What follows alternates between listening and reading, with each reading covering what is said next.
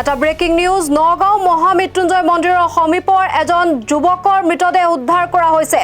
মন্দিৰৰ সন্মুখত দোকান দিয়া হিৰণ্য শৰ্মাৰ নিশা ৰহস্যজনক ঘটনাক লৈ চাঞ্চল্যৰ সৃষ্টি হৈছে। নিশা নগাঁও ডিমৌগুৰি ঘাইপথৰ কাষত পৰি আছিল হিৰণ্য শৰ্মা আৰু নিশা দোকান সামৰি নগাঁও চহৰলৈ বজাৰ কৰিবলৈ গৈছিল হিৰণ্য শৰ্মা। আমি এটা গুৰুত্বপূৰ্ণ খবৰ জনাইছো। নগাঁওৰ যি মহামৃত্যুঞ্জয় মন্দিৰ সেই মন্দিৰৰ সমীপত এজন যুৱকৰ মৃতদেহ উদ্ধাৰ কৰা হৈছে।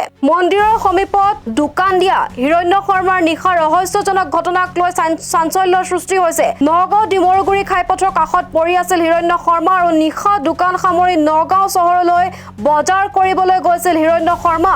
সৰবৰাহী যুৱকজনৰ অহা নৱেম্বৰ মাহত বিয়া ঠিক হৈ আছিল বুলি জানিব পৰা গৈছে আৰু লগতে এই ঘটনাৰ উচিত তদন্তৰ দাবী কৰিছে এতিয়া মন্দিৰৰ দোকানীসকলে।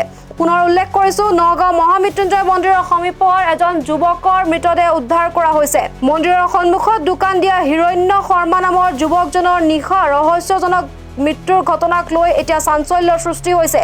নিশা নগাঁও ডিমৌগুৰি ঘাইপথৰ কাষত পৰি আছিল হিৰণ্য শৰ্মা আৰু নিশা দোকান সামৰি নগাঁও চহৰলৈ বজাৰ কৰিবলৈ গৈছিল হিৰণ্য শৰ্মা। সৰবৰাহী যুৱকজনৰ অহা নৱেম্বৰ মাহত বিয়া ঠিক হৈ আছিল বুলি জানিব পৰা গৈছে। আনহাতে এই ঘটনাৰ উচিত তদন্তৰ দাবী কৰিছে এতিয়া মন্দিৰৰ সমীপৰ দোকান দিয়া দোকানীসকলে। পুনৰ উল্লেখ কৰিছো, নগাঁও মহামৃত্যুঞ্জয় মন্দিৰৰ সমীপৰ এজন যুৱকৰ নিথৰ দেহ উদ্ধাৰ কৰা হৈছে আৰু মন্দিৰৰ সন্মুখত দোকান দিয়া হিৰণ্য শৰ্মা নামৰ যুৱকজনৰ নিশা ৰহস্যজনক ভাৱে মৃতদেহ উদ্ধাৰ কৰা হৈছে, যি ঘটনাক লৈ এতিয়া চাঞ্চল্যৰ সৃষ্টি হৈছে। নিশা নগাঁও ডিমৌগুৰি ঘাইপথৰ কাষত পৰি আছিল হিৰণ্য শৰ্মা নামৰ যুৱকজন আৰু নিশা দোকান সামৰি নগাঁও চহৰলৈ বজাৰ কৰিবলৈ গৈছিল হিৰণ্য শৰ্মা আৰু সৰবৰাহী যুৱকজনৰ অহা নৱেম্বৰ মাহত বিয়া ঠিক হৈ আছিল বুলি জানিব পৰা গৈছে। আনহাতে এই সমগ্ৰ ঘটনাৰ উচিত তদন্তৰ দাবী কৰিছে এতিয়া মন্দিৰৰ সমীপৰ ব্যৱসায়ীসকলে। আচলতে ৰাতিপুৱা খোৱা পোৱাতে যিটো মৰ্মান্তিক যিটো খবৰ পাইছোঁ তাৰ কাৰণে আমি বৰ দুখত আছোঁ এতিয়া বৰ্তমান। আজি এই শাওনৰ প্ৰথম সোমবাৰ দিনাখনে অতি বেয়া খবৰ এটা আমি পাইছোঁ। কিন্তু ফটোখন চাই লৈ পেলাই আচলতে যিটো দেখা পাইছোঁ এইটো কোনো এক্সিডেণ্ট যেন নহয় যেন লাগিছে। এইটো ৰহস্য এটা গোন্ধ পোৱা গৈছে। তাৰ কাৰণে আমি নগাঁৱৰ প্ৰশাসনক আমি এটা অনুৰোধ জনাম যাতে ইয়াক উচিত তদন্ত কৰে।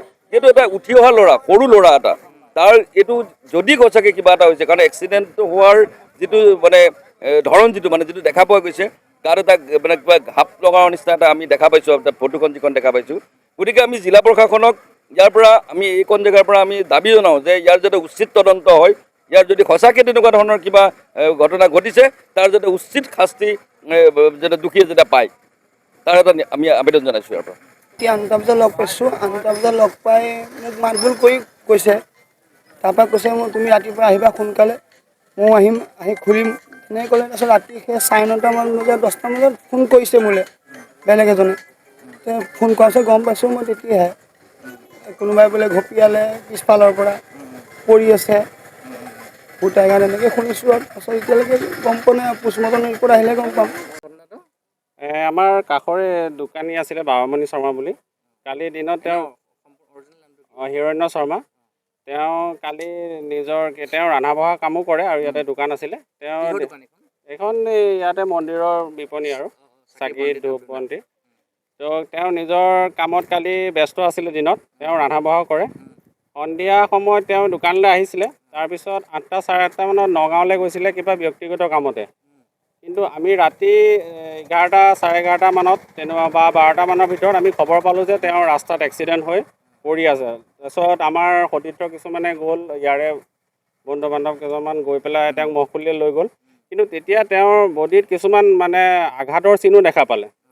তো আমি এতিয়া এটাই ভাবিছোঁ যে এইটো এক্সিডেণ্ট নহয়, কিবা হত্যা আৰু কিবা হ'ব পাৰে। তো আমি বিচাৰোঁ যে আমাৰ যিটো পোষ্টমৰ্টম ৰিপৰ্ট আহে তাৰপিছত আঘাতৰ চিন আমি এজনৰ মোবাইলত দেখা পাইছোঁ। বেক চাইডে পিঠিৰ ফালে ৰাইট চাইডে আছিলে, ৰাইট চাইডে দেখা পাইছোঁ। তো আমি বিচাৰোঁ যে এইটো পোষ্টমৰ্টমৰ ৰিপৰ্ট অহাৰ পিছত এটা উচিত তদন্ত হওক। বাইকখনৰ শুনামতে একো ক্ষতি হোৱা নাই।